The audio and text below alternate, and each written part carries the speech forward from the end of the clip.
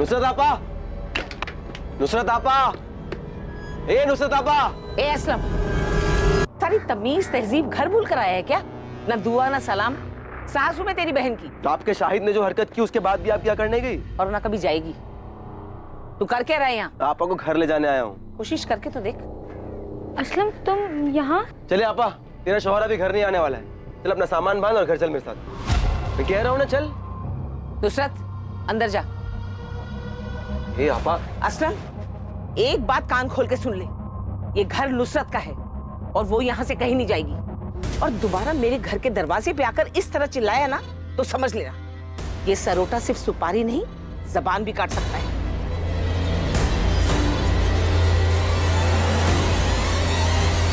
जंगल का एक भी कोना छूटा नहीं चाहिए। अंदर तक छान मारो। शायद अगर मर चुका है तो उसकी लाश यहीं कहीं जंगल में होनी चाहिए। मुझे रावत फैमिली कुछ ठीक नहीं लगती। अदिति के गायब होने के कुछ दिन बाद जब हमें अदिति और शाहिद के बारे में पता चला तो इन लोगों ने केस क्लोज करने के लिए बोल दिया। इनफैक्ट इस बात का जिक्र भी नहीं किया कि अदिति और शाहिद शादी करने के बाद उनके घर आए और अब जब अदिति की डेड बॉडी मिली है तब इन लोगों ने बताया कि वो दोनों घर आए थे। मतलब आपको लग रहा है कि? हाँ, शक है। उस दिन शायद मामला हद से ज्यादा बिगड़ गया हो, कहा सुनी भी हुई हो। वैसे भी अदिति की फैमिली काफी कट्टर ख्यालत की, खासकर उसके ताऊजी जगमोहन रावत।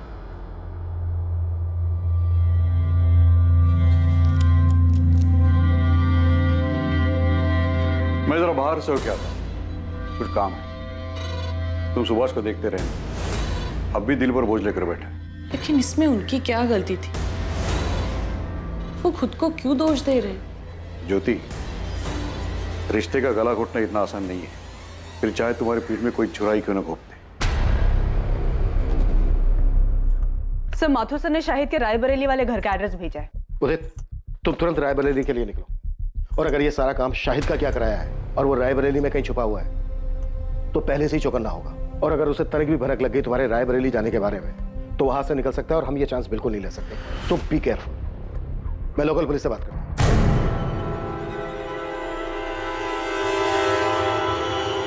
अम्मी, आप मानिए या ना मानिए, लेकिन सच यही है कि आपकी जिद की वजह से मैंने नुसरत से निकाह किया। हमारे बीच में प्यार जैसा कुछ था ही नहीं, तो ऐसे निकाह का क्या फायदा जहां दो इंसान खुशी ना हो। बस नुसरत के खिलाफ मैं कुछ नहीं सुनूंगी। अम्मी मैं... चुप कर, बेहया कहीं की, कैसी बेशर्म लड़की है। अरे शादी का इतना ही शौक था तो जाके अपने माँ बाप से बोलती ना। जवान है, सुंदर है, और कौन सी तेरी उम्र निकली जा रही है जो तूने मेरे शादीशुदा बेटे को फंसा लिया। अम्मी, ये लड़की अपने घर के ऐशो आराम को छोड़कर मेरे साथ आई क्योंकि मुझसे सच्चा प्यार करती है ये, और मेरे लिए बहुत मायने रखता है। और शाहिद मैं आपके लिए कोई मायने नहीं रखती। बस नुसरत, इस बेगैरत के लिए आंसू बहाने की कोई जरूरत नहीं है। शाहिद, आज तुझे फैसला करना होगा। या तो इस लड़की को छोड़कर तू इस घर में हमेशा के लिए वापस आ जा, या इस घर को छोड़ दिया। अम्मी, चलो, आपकी जबरदस्ती की वजह से मैंने नुसरत से निकाह किया।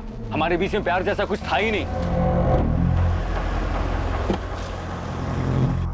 Welcome to Kanpur sir. Professor Vineet को हमने उठा लिया है, वो यहाँ फिलहाल लॉकअप में बंद है, लेकिन इज्जत और नौकरी जाने के बाद भी इसकी सनक बरकरार है। चलो देखते हैं शेक्सपियर के अलावा और कौन सा ड्रामा रचने की फ्राक में। एक कप और मिलेगी? लंच भी मिलेगा, लेकिन उससे पहले तुम्हें हमारे सवालों के जवाब देने होंगे। वैसे आप कौन हैं? Inspector Abhijit Sharma, Noida police. अदिति की डेड बॉडी आपको मिली थी? हाँ। क्या लगता है आपको, अदिति को उसी टैक्सी ड्राइवर ने मारा है जिसके साथ वो आती जाती थी? केस को काफी क्लोजली फॉलो कर रहे हो। जिसकी वजह से मेरा सब कुछ खत्म हो गया, उसे एंड तक फॉलो करना तो बनता है ना। वैसे पता है, अब सोचता हूं ना तो महसूस कर पाता हूं कैसा लगा होगा ओथेलो को सब कुछ खोने के बाद। फिर तो तुम्हें यह भी पता होगा ओथेलो का सब कुछ खोने का रीजन वो खुद था। जिद और इनसिक्योरिटी में आकर खुद उसने अपने प्यार को मार डाला था। वाह सर, आपने ओथेलो पढ़ा है?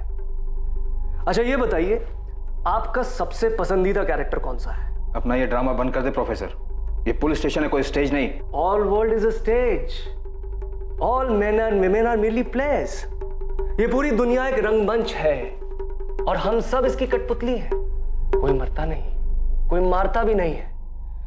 बस जब जिसकी जरूरत खत्म हो जाती है उसे इस रंगमंच से अलविदा लेना पड़ता है। अदिति शाहिद से प्यार करती थी, भाग गई थी उसके साथ। ये जानने के बाद अपनी जिंदगी में तुम्हें उसकी जरूरत तो रही नहीं होगी, तो क्या तुमने उन दोनों की जिंदगी को रंगमंच से अलविदा कर दिया?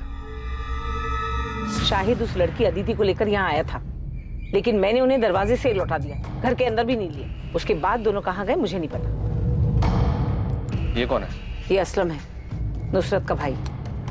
ठीक है, फिर भी हमें आपके घर की तलाशी लेनी होगी। देखिए साहब, शाहिद घर पर नहीं और पूरा गांव जानता है कि रुखसार कभी झूठ नहीं बोलती। उसके बाद भी अगर आपको अंदर जाना है तो वारंट लाइए। देखिए रुखसार जी, मामला बहुत संगीन है। नोएडा के जंगल में अदिति की लाश मिली हमें। सिर्फ अदिति की लाश मिली, शाहिद की नहीं? क्यों, मिलनी चाहिए थी। असलम क्या बकवास कर रहे हो? अरे मैं तो सिर्फ ऐसे ही पूछ रहा हूँ, वो दोनों साथ में गए थे इसलिए। साहब, शाहिद कहाँ है? हम वही तो पता लगाने की कोशिश कर रहे हैं। अब या तो शायद अदिति को मार के गायब हुआ है, या फिर शायद वो खुद भी जिंदा नहीं है। अदिति की शादी की बात सुनकर धमकी दी थी तुमने उसे कि वो सिर्फ तुम्हारी है, लेकिन फिर जब तुम्हें पता चला कि अदिति पहले से ही एक मामूली से टैक्सी ड्राइवर शाहिद से शादी कर चुकी है, तो बहुत गुस्सा आया होगा तुम्हें, बहुत चोट पहुंची होगी, क्योंकि एक मामूली सा टैक्सी ड्राइवर तुम्हारी जगह जो ले चुका था।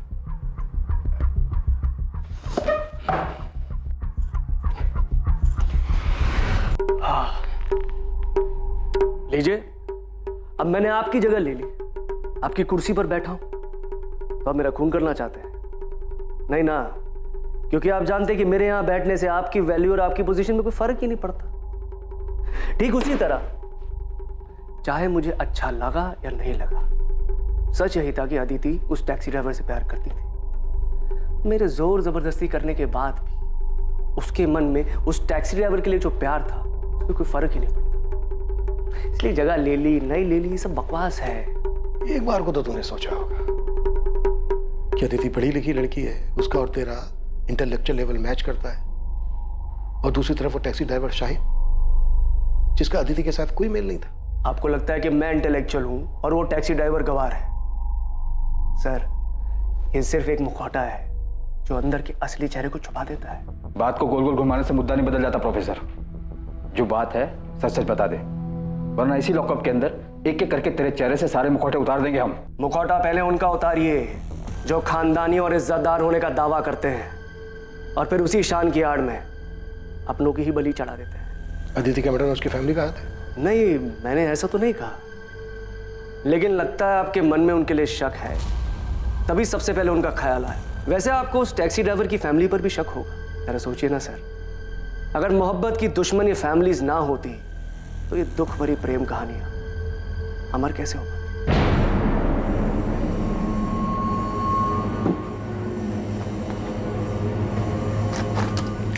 सुनिए, खाना लग गया है। हाँ, इतने पैसे? वो ऑफिस में एक एम्प्लॉय की माँ हॉस्पिटल में एडमिट है, उसकी मदद के लिए।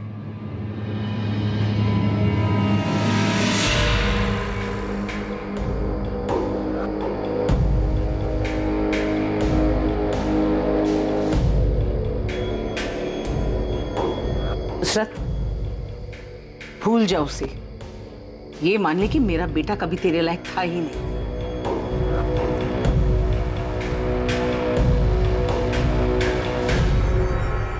साहब, मेरा भाई असलम दिल का बहुत अच्छा है, उसने कभी किसी का बुरा नहीं चाहा, लेकिन शाहिद की दूसरी निकाह की बात सुनकर वो बहुत गुस्सा हुआ था। शायद इतने गुस्से में मैंने उसे पहले कभी नहीं देखा। आपा, मैं बता दे रहा हूँ, मैं उसे नहीं छोड़ूंगा। तूने मुझे फोन क्यों नहीं किया जब वो यहाँ आया था? और वो कहाँ गया, कुछ बोल के गया है?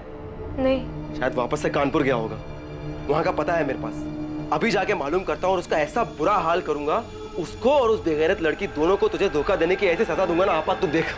असलम, ये क्या कह रहे हो तुम? तुम ऐसा कुछ नहीं करोगे। अरे छोड़ आपा। असलम, वादा करो मुझसे, तुम शाहिद को कुछ नहीं करोगे। असलम, मैंने अपने भाई को गुस्से में आपा खोते हुए पहले भी देखा है। शाहिद पे तो वो बहुत ज्यादा गुस्सा था, यहाँ तक कि उसे सबक सिखाने के लिए वो कानपुर भी गया था। सर, शाहिद के कॉल रिकॉर्ड्स और फोन लोकेशन स्कैन किए।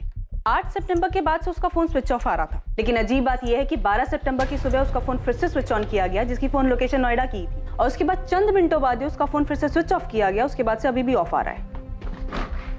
अदिति का मर्डर हुआ था 11 सितंबर की रात को, तो मर्डर के बाद शाहिद का फोन क्यों ऑन हुआ होगा? तो कहीं प्रोफेसर विनीत का इशारा सही तो नहीं था? मतलब शाहिद और अदिति किसी मुसीबत में थे, शायद किसी की गिरफ्त में, जहां पर अदिति का मर्डर हुआ, और शाहिद किसी तरह से अपनी जान बचाकर भागा और उसने अपनी जान बचाने के लिए फोन ऑन किया होगा। लेकिन इसके पहले कि शाहिद कॉल करता वो पकड़ा गया और इसकी वजह से उसका फोन अभी तक बंद आ रहा है।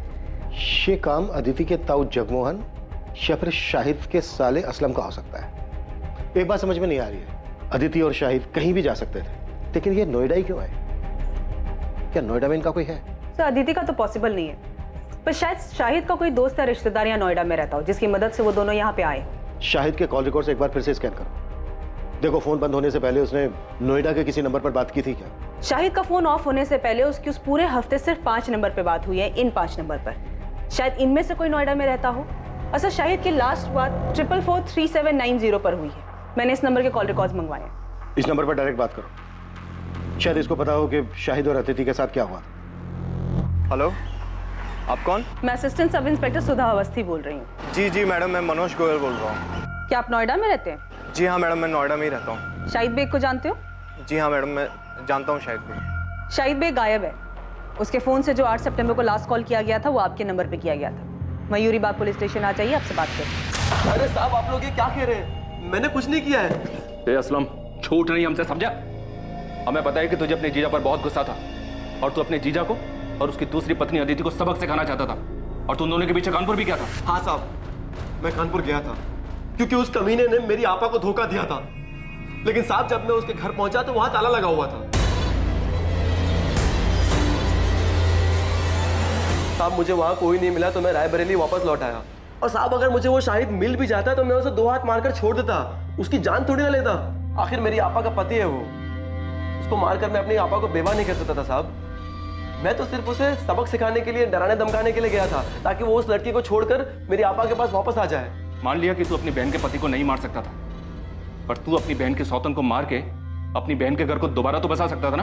साहब, मैंने किसी को नहीं मारा है साहब। अच्छा, तो तू 10 से 12 सितंबर के बीच नोएडा में नहीं था? नहीं साहब, मैं यहीं रायबरेली था, बस कानपुर गया था और वहां से आने के बाद कहीं नहीं गया। तेरे कॉल रिकॉर्ड्स मंगवाए हमने, समझा? अगर पता चला ना कि तूने झूठ बोला हमसे, तो कानपुर तो क्या, तो इस थाने के बाहर 4 कदम चलने लायक नहीं बचेगा, समझा? पुलिस अलग अलग दिशाओं में हाथ पैर मार रही थी, लेकिन इस केस की तहकीकात ने अब तक कोई दिशा नहीं पकड़ी थी। किसी भी संदिग्ध के खिलाफ कोई पुख्ता सबूत नहीं मिल रहा था, और दूसरी तरफ शाहिद के बारे में भी कोई खबर नहीं मिल पाई थी। लेकिन अब जो खबर सामने आने वाली थी, उससे इस केस का रुख बदलने वाला था।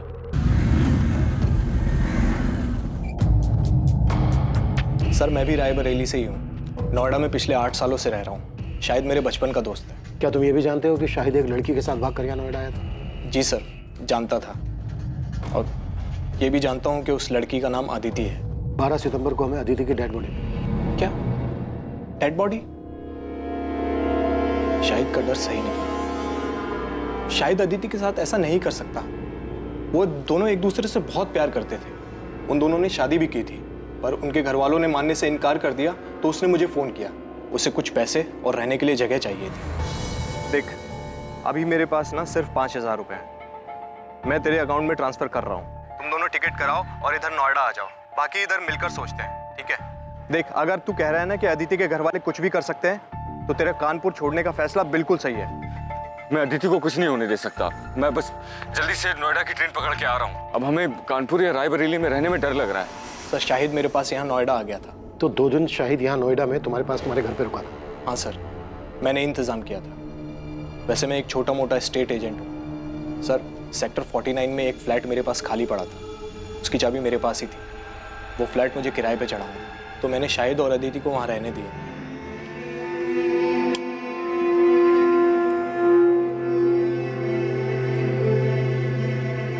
भाई, घर ज़्यादा बड़ा तो नहीं है, लेकिन तुम लोग अपनी गृहस्थी बसा सकते।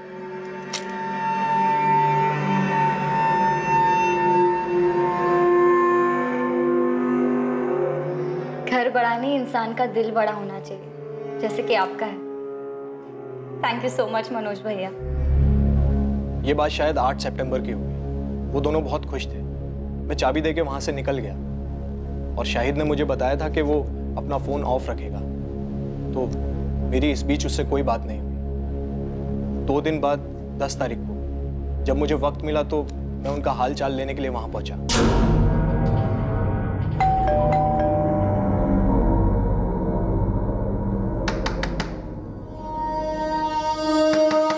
जब काफी देर तक दरवाजा पीटने के बाद भी उन्होंने कोई जवाब नहीं दिया तो मुझे थोड़ा अजीब लगा।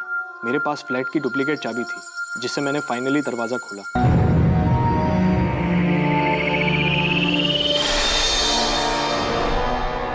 लेकिन अंदर का नजारा देखकर मैं हैरान रह गया।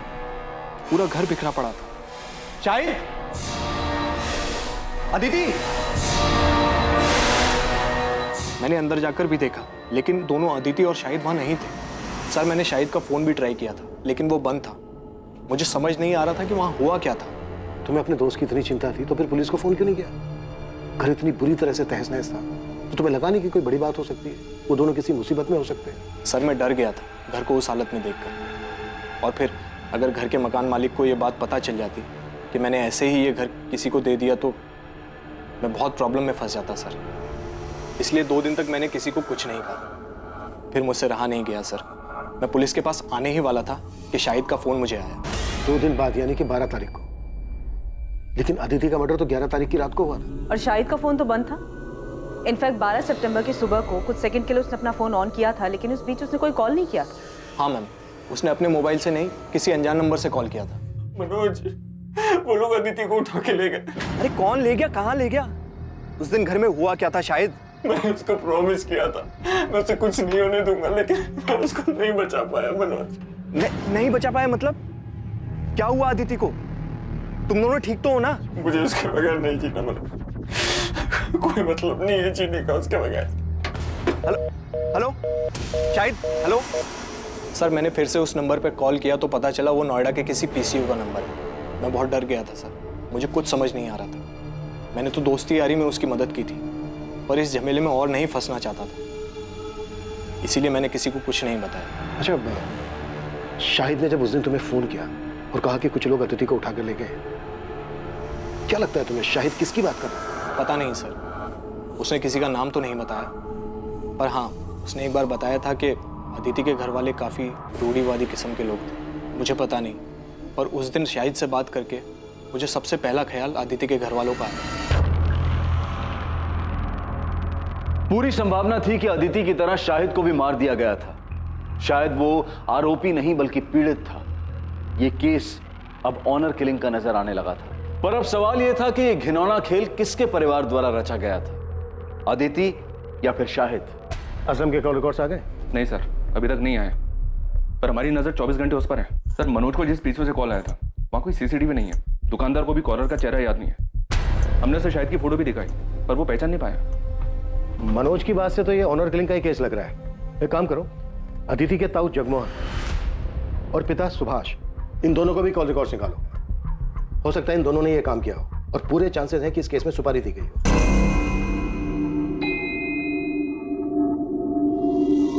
कहीं जा रही हो? हाँ, वो थोड़ा बाजार जा रही थी, सामान लाना था। अरे तो ड्राइवर को बोल देती, वो लेके आता। अरे नहीं, यही पास के बाजार ही जा रही हूँ। पैदल चली जाऊंगी, इसी बहाने थोड़ा चलना हो जाएगा। चलती हूँ।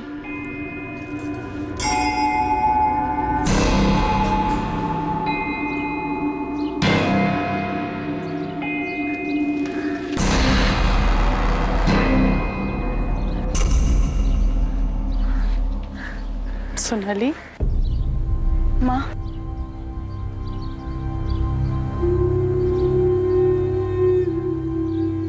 सोनाली, तुझे ये जगह याद है? तुझे और अदिति को ये जगह बहुत पसंद थी। तू तो दूसरे बच्चों के साथ खेलती थी लेकिन अदिति चुपचाप एक जगह बैठकर किताब पढ़ा करती थी। मैंने जो किया उसके लिए अब तक नाराज हो आप मुझसे, या आप पापा से डरती हैं कि उन्हें पता चल गया तो बवाल मचा देंगे? सोनाली, ये सब इतना आसान नहीं है। हम जिस समाज में रहते हैं बस इसी समाज की वजह से आज तुम्हारी दोनों बेटियां तुमसे अलग हैं। और पापा की इस रूढ़िवादी सोच की वजह से ना आज अपनी एक बेटी को हमेशा हमेशा के लिए खो चुकी हैं आप। घर में अगर कम से कम आपने अदिति को समझने की कोशिश की होती ना, तो इस तरह घर से भागी नहीं होती। शायद उसके अकेलेपन का सहारा इसीलिए बन पाया क्योंकि हम लोग, उसका परिवार उसको समझ ही नहीं पाए। और इन्हीं सभी बंदिशों की वजह से उसने ये बगावत की थी। लेकिन इस बगावत का क्या फायदा? आखिर सजा तो उसे ही भुगतनी पड़ी ना। इसका मतलब अदिति की मौत उसकी बगावत की सजा थी। माँ मुझे सच सच बताओ, क्या अदिति को मरवाने में पापा का हाथ था? मुझे नहीं पता सोनाली, और सच पूछो तो मैं जानना भी नहीं चाहती। इसका क्या मतलब है माँ? आप कुछ जानती हैं? अदिति की मौत के बारे में आप कुछ जानती हैं?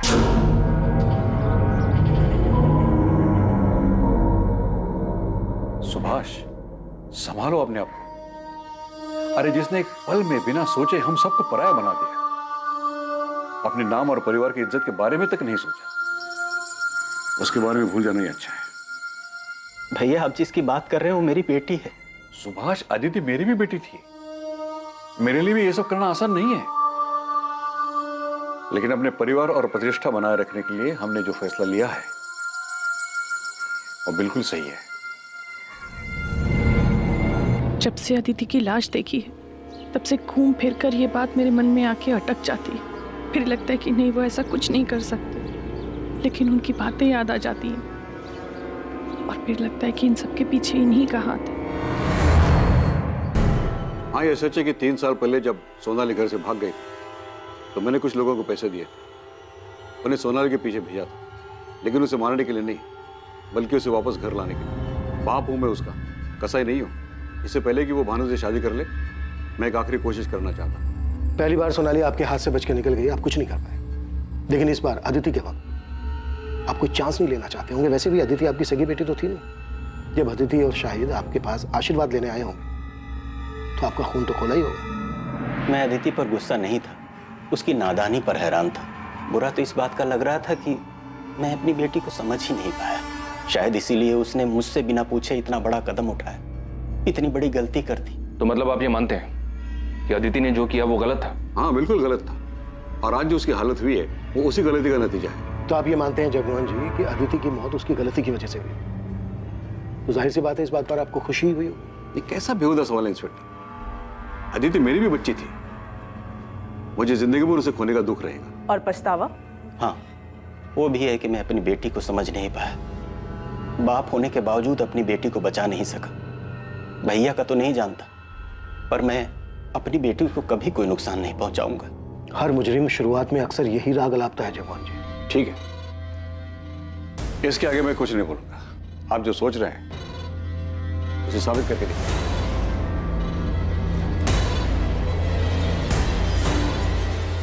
पॉसिबल है अदिति के ताऊ जगमोहन ने ही अदिति और शाहिद दोनों की सुपारी दी।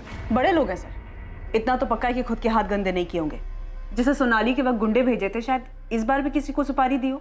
खबरी नेटवर्क को एक्टिव करते हैं, नोएडा और कानपुर, इन दोनों जगह के हिस्ट्री शीटर्स को स्कैन करने के लिए बोलते हैं। अगर इन दोनों में से किसी भी जगह से सुपारी निकली होगी तो पता चल जाएगा।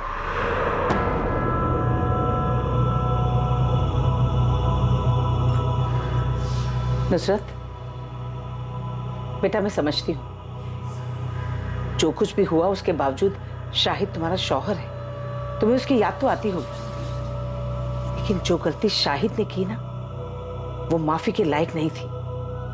मैंने वही किया जो मुझे सही लगा। यही तो मुश्किल है ना अम्मी, आप सब ने वही किया जो आप सबको सही लगा।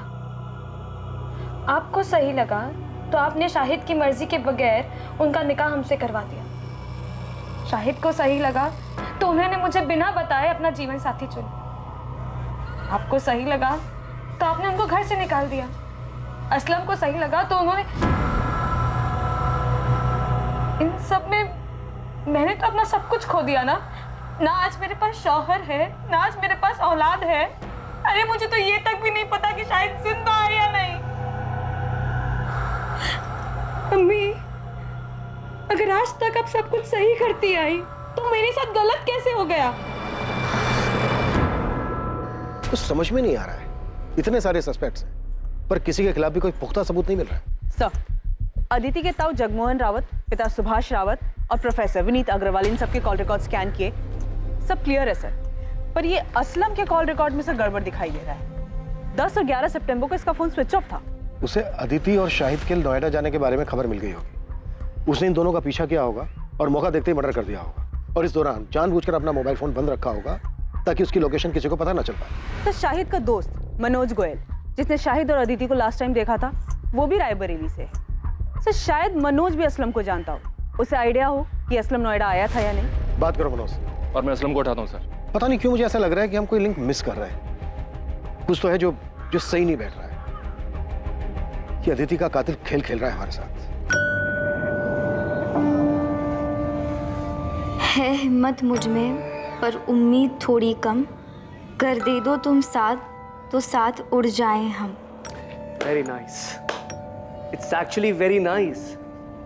एक काम करना, अपने इस असाइनमेंट का एंड तुम इसी पोएम से करना। इनफैक्ट तुम ये पोएम पूरी क्लास के सामने सुनाओगी। नहीं नहीं सर, अब आपके सामने बोल लिया पर सबके सामने नहीं बोल पाऊंगी। अरे क्या हुआ, जैसे मेरे सामने बोला वैसे सबके सामने बोलना। डोंट गेट स्कैर्ड, मैं हूं ना। आपकी बात अलग है सर, आप शायद ऐसे इकलौते इंसान हैं जिसके सामने मैं ऐसे पोयम सुना पाई, क्योंकि मैं आपके साथ बहुत कंफर्टेबल फील करती हूँ।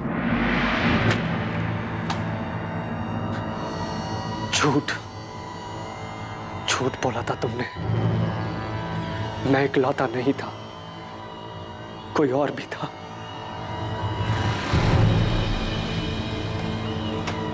आ गया? जमानत मिली या जेल की दीवार फांद के आया है? ताना मारने की जरूरत नहीं है, पता है मुझे, पुलिस को आप ही ने चुगली की होगी। आपको लगता है अदिति और शाहिद को मैंने मारा? मुझे किसी को चुगली करने की जरूरत नहीं बच्चे, लेकिन हाँ, अगर मुझे पता चला कि तूने मेरे शाहिद के साथ कुछ किया है तो मैं पुलिस के पास जरूर जाऊंगी, लेकिन तुझे मारने के बाद। हाँ मैडम, शाहिद के साले का नाम असलम है, पर मुझे ये नहीं पता कि असलम शाहिद से गुस्सा था या नहीं। मैं उससे कभी नहीं मिला। और कुछ पता असलम के बारे में कि 10 और 11 तारीख को वो नोएडा में था या नहीं था? पता नहीं मैडम, पर असलम ने कुछ किया क्या? शाहिद के बारे में कुछ पता चला कि वो कहाँ है? मैम वो मिल तो जाएगा ना। कभी कभी लगता है कि अदिति की तरह कहीं वो भी। मनोज, अभी इस बारे में कुछ पता नहीं चल पाया है, लेकिन अगर तुम्हें कुछ पता चलता है या कुछ याद आता है तो हमें फौरन बताना। जी मैडम। ये क्या तमाशा लगा रखा है आप लोगों ने? जब देखो उठा ले आते हैं। तब समझता हूं मैं, आप लोग को कोई मिल नहीं रहा है इसलिए बार बार मुझे बलि का बकरा बना रहे हैं। गरीब आदमी उसने मेरा फायदा देख असलम, ये नौटंकी ना नेताओं के लिए छोड़ दे। इस बार पुलिस का डंडा चालू हुआ ना तो फिर रुकना मुश्किल है, सोच ले। कॉल रिकॉर्ड्स के हिसाब से 10 और 11 सितंबर को तेरा फोन बंद था। फोन क्यों बंद था तेरा? कहाँ था 2 दिन? यहाँ नोएडा शाहिद के पीछे आया था ना तू? नहीं सर, दोनों दिन मैं अपने घर पर ही था। मेरा फोन खराब हो गया था इसलिए बंद था, और मैं बीमार था इसलिए फोन ठीक करवाने बाहर नहीं जा पाया। इन 2 दिन में तेरे साथ था कोई जो तेरी इस बात को कंफर्म कर सके? ये इत्तेफाक नहीं हो सकता असलम कि जिस रात अदिति का मर्डर हुआ उस रात तेरा फोन भी खराब था। बल्कि सच ये है कि फोन तूने जानबूझ के बंद रखा था ताकि ये पता ना चल सके कि तू इधर नोएडा में था। बच गया तू असलम। बेहतर तेरे लिए यही है जो भी सच है वो गलत है, नहीं तो ऐसा बीमार करेंगे कि जिंदगी में कभी ठीक नहीं हो पाएगा। सोच ले। असलम को बुरी तरह से तोड़ा, लेकिन अभी वो वही रट लगाया हुआ है कि 10 और 11 सितंबर को रायबरेली में ही था। इस बात के कोई सबूत नहीं है और ना ही उसकी बहन को इसके बारे में कुछ पता है ठीक से। सर, अदिति के मर्डर में असलम के हाथ होने के पूरे चांसेस हैं, लेकिन असलम के खिलाफ अभी सारे सबूत सर्कमस्टेंशियल है। उसे बुक करने के लिए हमारे पास कुछ सॉलिड होना चाहिए। साहब, मैं देता हूँ ना सॉलिड खबर। कल शाम को मैं नोएडा हाईवे के ढाबे पे बैठा हुआ था। उस वक्त वो अपना हिस्ट्री सीटर है ना मोंटी, वो भी वहाँ पर आया हुआ था। अब क्या बताऊँ दोस्त, आजकल लोगों को जुर्म की कदर ही नहीं है। साला पूरे नोएडा में रेड गिर गया, इसलिए ना मैंने अब बाहर का काम उठाना शुरू कर दिया। अभी कानपुर का काम उठाया था। बड़ा काम था क्या मोंटी भाई? अबे जबरदस्त काम था, एकदम जासूस टाइप का। पेमेंट सुनेगा ना तो साला दबके ही मर जाएगा। एक हिंदू मुस्लिम जोड़े को ढूंढने का काम था। सालों ने भाग के शादी की थी। तो काम हो गया था? अबे मोंटी शैम्पू कोई काम ले और वो होना, ऐसा होएगा कभी? उठा लो मोंटी को। अब ये मोंटी बताएगा कि इसने कैसे किया और किसके कहने पर किया। चल बोल, वो हिंदू मुस्लिम जोड़ा कौन है और उनका पता लगाने के लिए तुझे किसने भेजा था? बोल। अबे बोल। बाल नहीं साहब, सब बाल छोड़ दो साहब, प्लीज बाल छोड़ दो। आजकल फैशन में है ना, बिना बाल वाले हीरो की फिल्में ज्यादा हिट हो रही है। चल बेटा, तुझे डायरेक्ट हीरो बनाते हैं। यादव जरा कैंची तो लेकर। सब बाल नहीं साहब, सब बताता हूँ, मैं बताता हूँ। सब लड़की का नाम अदिति रावत और लड़के का नाम शाहिद बेग था। उनको ढूंढने का काम मिला था साहब। मैंने यूपी, दिल्ली, नोएडा हर जगह अपने लड़के घुमाए, लेकिन साहब उनका कुछ नहीं पता चल पाया साहब। अबे ओए, नौटंकी बंद कर, समझा? अभी सच सच बोल, शाहिद की लाश कहाँ है? और उनके लिए सुपारी किसने दी? जगमोहन रावत ने या असलम ने? देखिए, बात को घुमाइए मत, सीधे सीधे बोलिए कि आपको लगता है मैंने अदिति को मारा है और आप मुझे गिरफ्तार करने आए। हम आपको नहीं, आपके भाई को गिरफ्तार करने आए।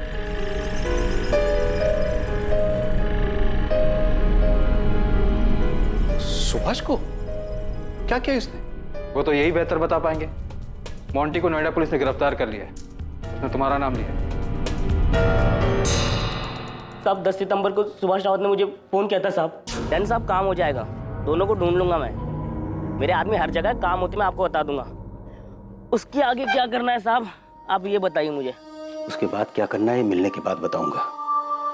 उनके मिलते ही मुझे फोन करना, तुरंत। आपको देखकर ऐसा लगा नहीं कि आप इतने पहुंचे हुए निकलेंगे। एक हिस्ट्री शीटर से कांटेक्ट करके आपने उसे सुपारी भी दे दी। मैंने मोंटी को सुपारी अदिति को बचाने के लिए दी थी, उसे मारने के लिए नहीं। भैया बहुत गुस्से में थे और मुझे डर था कि कहीं वो उस गुस्से में अदिति को कोई नुकसान न पहुंचा दे। बेवकूफ समझ रहे हैं आप। देखिए, जो अभी सच है बता दीजिए। सच उगलवाने के लिए हमें हमारे तरीके आजमाने पर मजबूर मत कीजिए। मैं सच बोल रहा हूं सर, आप मोंटी से पूछ लीजिए। क्या मैंने एक बार भी उसे अदिति या शाहिद को मारने के लिए कहा था? नहीं, मैंने उसे उन दोनों को ढूंढने के लिए कहा था। इसके बाद की प्लानिंग मैं पहले ही कर चुका था। मैं उन्हें सबसे छुपाकर चेन्नई भेजने वाला था, अपने दोस्त वेंकटेश मूर्ति के पास। वो मेरा कॉलेज का फ्रेंड है और मैं उसे अच्छी तरह से जानता हूं, मुझे उस पर भरोसा था, इसलिए मैंने सारी बातें उसे पहले ही बता दी थी। लेकिन इससे पहले कि मोंटी अदिति का पता लगा पाता, हमें अदिति की लाश मिलने के बारे में पता चला। अगर आपको फिर भी यकीन नहीं है तो आप वेंकटेश से पूछ लीजिए, उसका नंबर है मेरे पास। अदिति का मर्डर 11 तारीख को और 12 तारीख को शाहिद ने अपने दोस्त को फोन किया था कि कुछ लोग अदिति को उठाकर ले गए। मनोज, वो लोग अदिति को उठा के ले गए। आपको क्या लगता है शाहिद का दोस्त आपके भाई जगमोहन की बात कर रहा था? मुझे अंदाजा ही नहीं था कि मेरा अपना भाई मेरे बारे में इतनी घटिया सोच रखता है। ज्योति, तुम्हें भी ऐसा ही लगता है? ओह, तो आज मेरे समझ में आया कि मेरा परिवार मेरे बारे में क्या जानता है, क्या समझता है। क्योंकि आपने कभी किसी को समझने का मौका ही नहीं दिया ना। सुभाष, मैंने हर फैसले में तू मेरे साथ खड़ा था। मैंने कभी कोई फैसला अकेले में नहीं लिया है। हम लोग भाई है सुभाष, हमारी परवरिश, हमारी सोच एक सी है।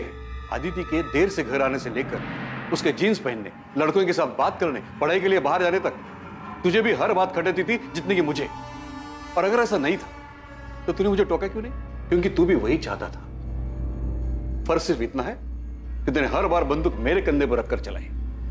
अदिति और शाहिद की शादी से तुझे भी उतना ही बुरा लगा था जितना कि मुझे। क्या पता तूने मोंटी को उन्हें बचाने के लिए भेजा था या मारने के लिए। आप कह रहे हो कि मैं खुद अपनी बेटी को मरवाऊंगा? अच्छा, अपनी बेटी?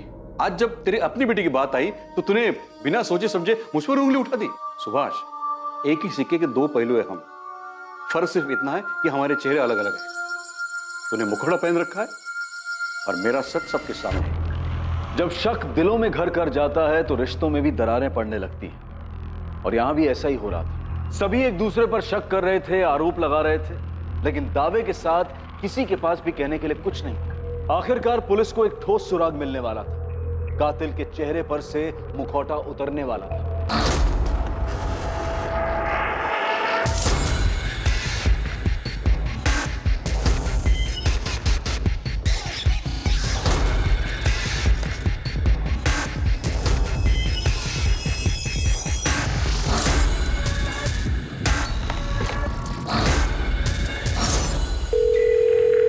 हेलो, एक टेम्पो का नंबर भेज रही हूँ, उसके ओनर की डिटेल चाहिए मुझे तुरंत।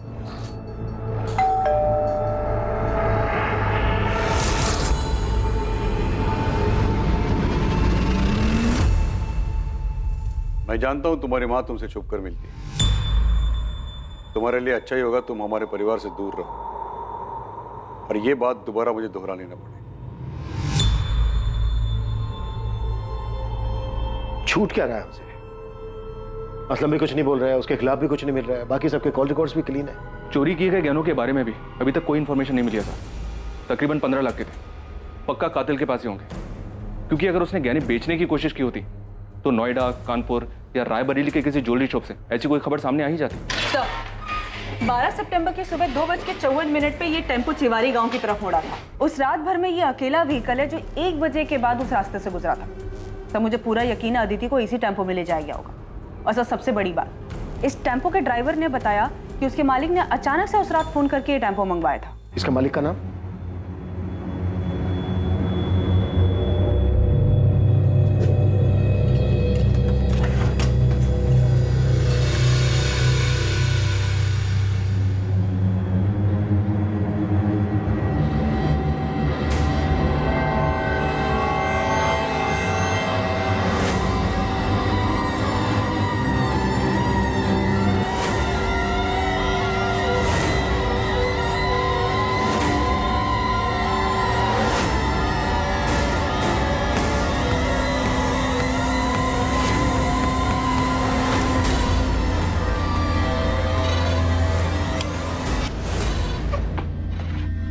अरे अरे अरे अरे, दुल्हन क्यों बन रहा है? एक बार तेरी शक्ल तो देखने दे ठीक से। अड़ा तो तू है, ससुराल से बुलावा है तेरी, वहां चलकर चाहे जितनी मर्जी शर्मा लेना। चलो सर, ये अदिति की ज्वेलरी लग रही है। साहब, मैंने कुछ नहीं किया साहब। अबे चुप! वो टेम्पो मिल गया हमें जिसमें तू अदिति की लाश को लेकर गया था जंगल में। अभी सीधी तरह से ये बोल, शाहिद की लाश को कहां ठिकाने लगाया तूने? ए रुक! कौन है तू? रुक इधर! पकड़ो इसे। ए!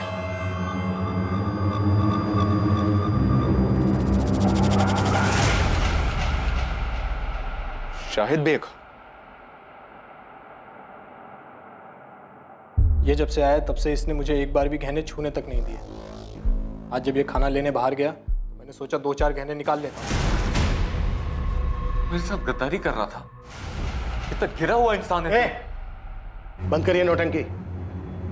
और ये कैसी प्रेम कहानी है जिसमें लैला मर गई और मजनू अभी तक जिंदा है और उसके गहने दबाकर बैठा है? ऐसा मत कहिए सर, सच्चा प्यार कर देते हम दोनों। निकाह भी किया था हमने, सबकी सहमति से नया घर बसाना चाहते थे, लेकिन ऐसा हुआ नहीं। तो तुम अदिति को लेकर यहाँ नोएडा मनोज के घर ले आए और सर हम इसके दिए हुए घर में खुश थे।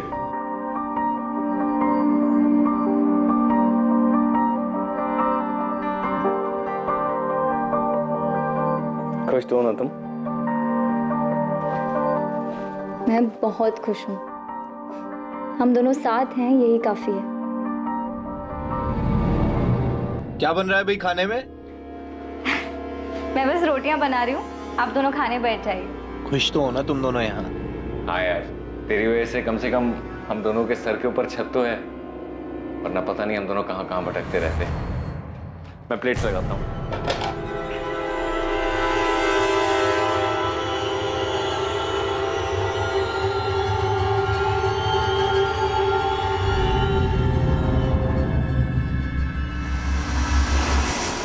शाहिद ने मुझे कई महीने पहले अदिति की फोटो भेजी थी। मुझे वो तभी से अच्छी लगने लगी थी, और जब मैंने अदिति को सामने से देखा तो मेरा दिमाग घूम गया। मुझे हर जगह हर वक्त वही दिखाई देती थी।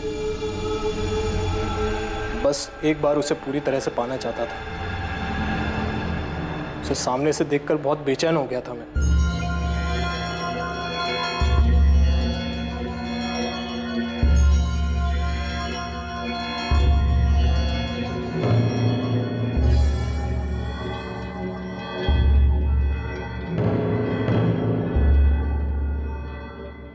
मनोज भैया, शाहिद बस 5 मिनट में ना कर आएगा, तब तक आप चाय पीजिए।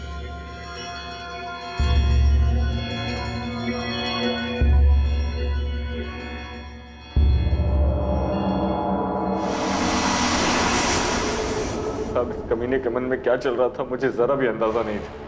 फिर आगे? मैं अदिति से अकेले में मिलना चाहता था, उसे एक बार छूना चाहता था। इसीलिए मैंने एक नौकरी के इंटरव्यू के बहाने इसे घर से दूर भेज दिया और खुद अदिति के पास चला गया।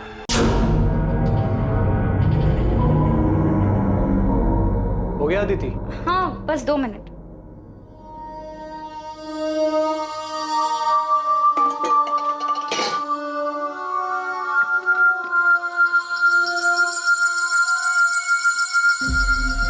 भैया, आप वहाँ जाकर बैठिए ना, मैं चाय लाती हूँ। भैया क्यों बोल रही हो यार? नहीं, मैं तुम्हारा भैया हूँ ना तुम मेरी भाभी। रात तो शाहिद भी नहीं है। ये क्या कर रहे हैं आप? वही जो शाहिद करता है। दूर रहिए, पागल तो नहीं हो गए? देखिए, आप मुझसे दूर रहिए वरना ठीक नहीं होगा। शादीशुदा शाहिद में ऐसा क्या है जो मुझ में नहीं है? मुझे क्यों मना कर रही है? पागल तो नहीं हो गए? अब जाइए यहाँ से। तब तक भी मुझे नहीं मालूम था कि इसके दिमाग में क्या चल रहा है, लेकिन उस दिन जब मैं घर वापस आया तब मुझे पता चला कि कितना बड़ा कमीना है ये। अदिति, अदिति, अदिति! ये क्या किया तूने? शाहिद शांत हो जा भाई, देख गलती हो गई यार, बहक गया था। बहक गया था? चल मेरी बीवी थी वो, प्यार करता था मैं उससे, छोड़ूंगा नहीं तुझे। शाहिद चल, बोला ना यार गलती हो गई। दिमाग शांत रख और मेरी बात ध्यान से सुन। देख, रोग आकर अगर तूने ये ड्रामा किया ना तो देख हम दोनों फंसेंगे, और मैं बोल दूंगा कि इस कत्ल में तू भी शामिल है, और अदिति के घर वाले तुरंत मान जाएंगे। इसलिए हमारे लिए अच्छा यही होगा कि इस मामले को यहीं दबा दें।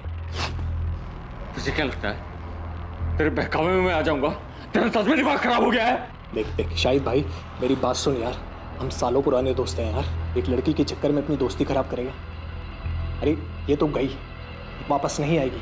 इसके जैसी हजारों लड़कियां तुझे मिलेंगी। तुझे नई जिंदगी शुरू करनी थी ना, रायबरेली से बाहर निकलना था। मैं भी तेरे साथ चलूंगा, मेरे पास पूरा प्लान है, और हमारे पास इसके गहने भी हैं यार। हम दोनों की लाइफ सेट हो जाएगी, समझ रहा है मेरी बात?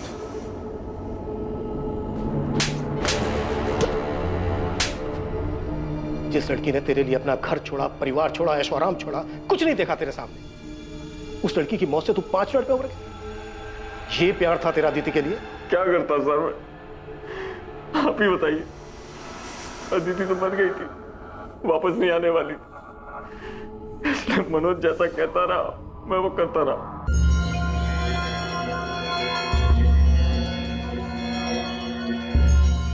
शायद देख, इस काम को हमें बहुत संभाल कर और आराम से करना होगा, समझा?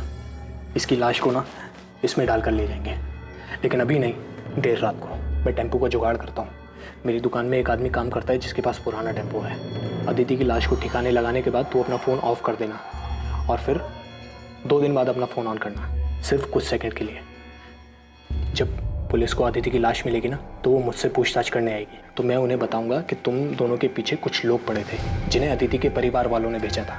अदिति को उन्होंने मार दिया और तू अपनी जान बचाकर भागा। फिर तूने अपना फ़ोन ऑफ कर दिया, तुमने फ़ोन ऑन किया, फिर तुम भी पकड़े गए और तुम्हारा फ़ोन फिर तुरंत बंद हो गया। इसमें पुलिस को यही लगेगा कि या तो तूने खुदकुशी की है या तेरे परिवार वालों ने तुझे मारा है।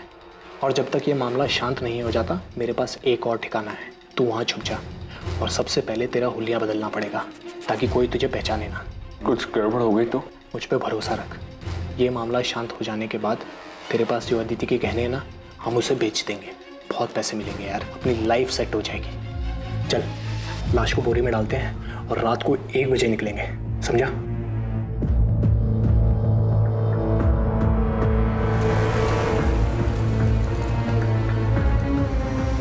और फिर अदिति की लाश को हम जंगल में फेंककर घर वापस आ गए। साले तू अदिति से प्यार करता था, 5 मिनट में उसके कातिल के प्लान में शामिल हो गया ताकि तू अदिति के पैसों से एक सुकून भरी जिंदगी शुरू कर सके। मैं इसके बहकावे में आ गया था, मैं सच कह रहा हूँ। उसकी मौत का मुझे अभी भी बहुत अफसोस है।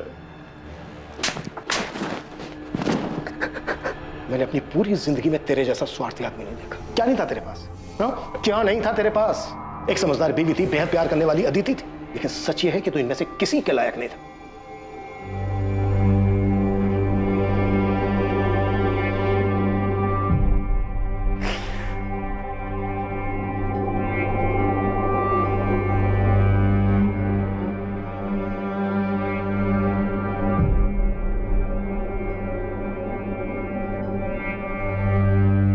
तमन्ना उड़ जाऊं नीले गगन में, पर कैसे उड़ूं, बंदिशें हैं इन परों में। है कांटों की दीवार रोके मुझे, ये प्रतिष्ठा की परछाई टोके मुझे। है अरमा छू लूं सितारों को, तोड़ दूं इन बंदिशों इन दीवारों को। है हिम्मत मुझ में, पर उम्मीद थोड़ी कम है। कर दे दो तुम साथ, तो साथ उड़ जाएं हम। झूठ का पर्दाफाश अक्सर इंसानी मंसूबों का भद्दा चेहरा सामने ले आता है। मुखौटा उतरते ही सच्चाई अपने आप सामने आ जाती है। और इंसान की स्वार्थी, घिनौनी और लालची मंशाओं पर रोशनी पड़ जाती है। लेकिन इससे ज्यादा खौफनाक हकीकत इंसान के अंदर छुपा हुआ अंधकार है, जिससे वो खुद भी वाकिफ नहीं होता और जिसका आभास उसे जिंदगी की मुसीबतों के साथ जूझते हुए ही होता है। शायद भी अपने भीतर छुपे अपने इस खतरनाक रूप को शायद नहीं पहचानता था। उसने स्वार्थी होकर सिर्फ अपने बारे में सोचा, लेकिन मुसीबत के वक्त उसकी स्वार्थी फितरत की वजह से उसका मुखौटा उतर गया और उसके पीछे छुपा असल, घिनौना और भयानक चेहरा सामने आ गया। अब मैं अनूप सोनी आपसे विदा लेता हूं, फिर मुलाकात होगी एक और नए केस के साथ। देखते रहें क्राइम पेट्रोल सतर्क, सोमवार से शुक्रवार रात 10:30 बजे। और याद रखें, क्राइम और आपके बीच में सिर्फ इतना फर्क है कि आप कितने सतर्क हैं। सतर्क रहें, सुरक्षित रहें। जय हिंद।